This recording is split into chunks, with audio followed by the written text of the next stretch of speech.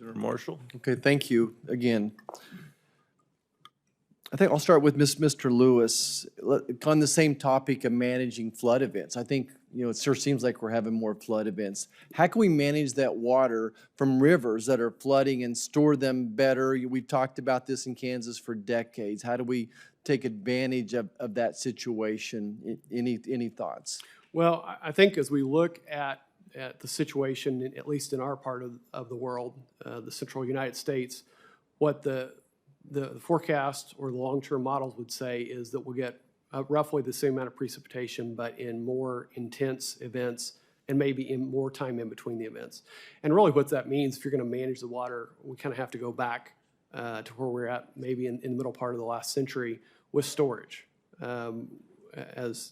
As was just mentioned, we may see much more intense rainfall, and that can lead to more flooding if we don't have the infrastructure in order to capture that, and then ideally put that to use once the flood passes us. Are you seeing anybody being successful this? It seems like the Corps just wants to build dikes higher and higher, and I keep thinking about natural spillways and ways to manage those flood waters.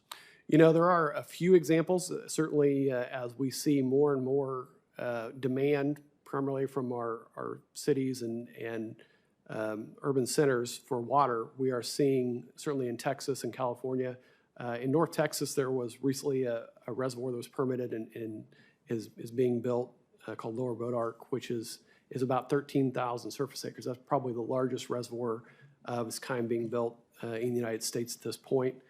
That had to be done by the local water supply district. The federal government and most of the state governments are not really in the business of building storage and managing that type of infrastructure at this point.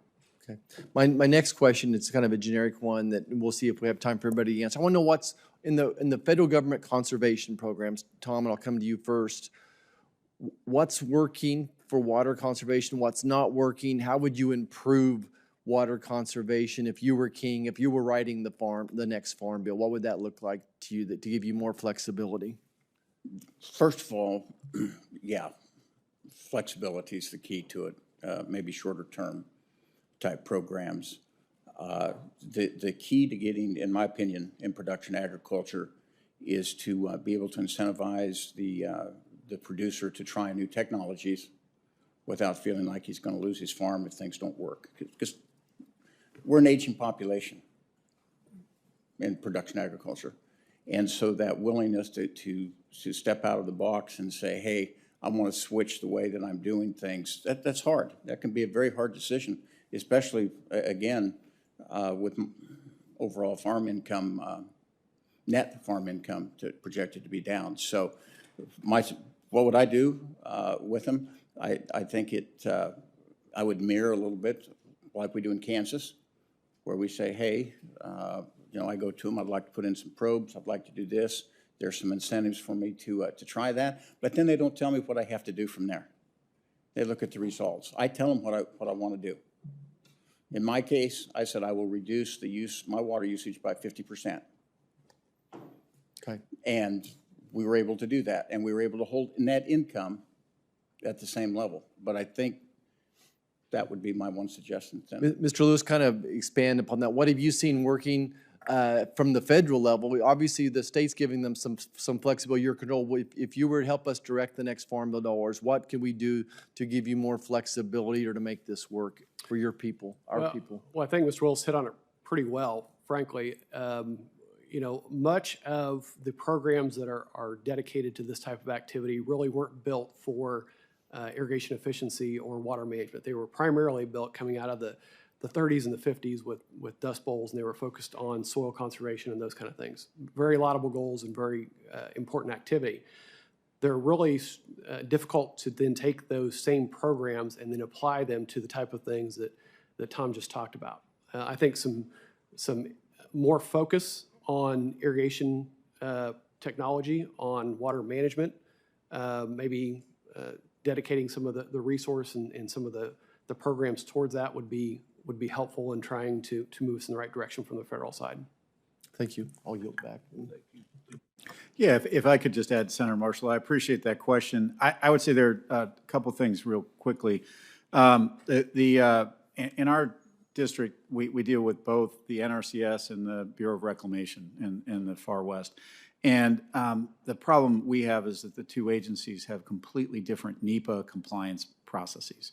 We have projects where we combine the money from the two agencies together with state and local money, and we end up spending years doing extra NEPA compliance because we end up having to comply with the Bureau policies and then the NRCS policies.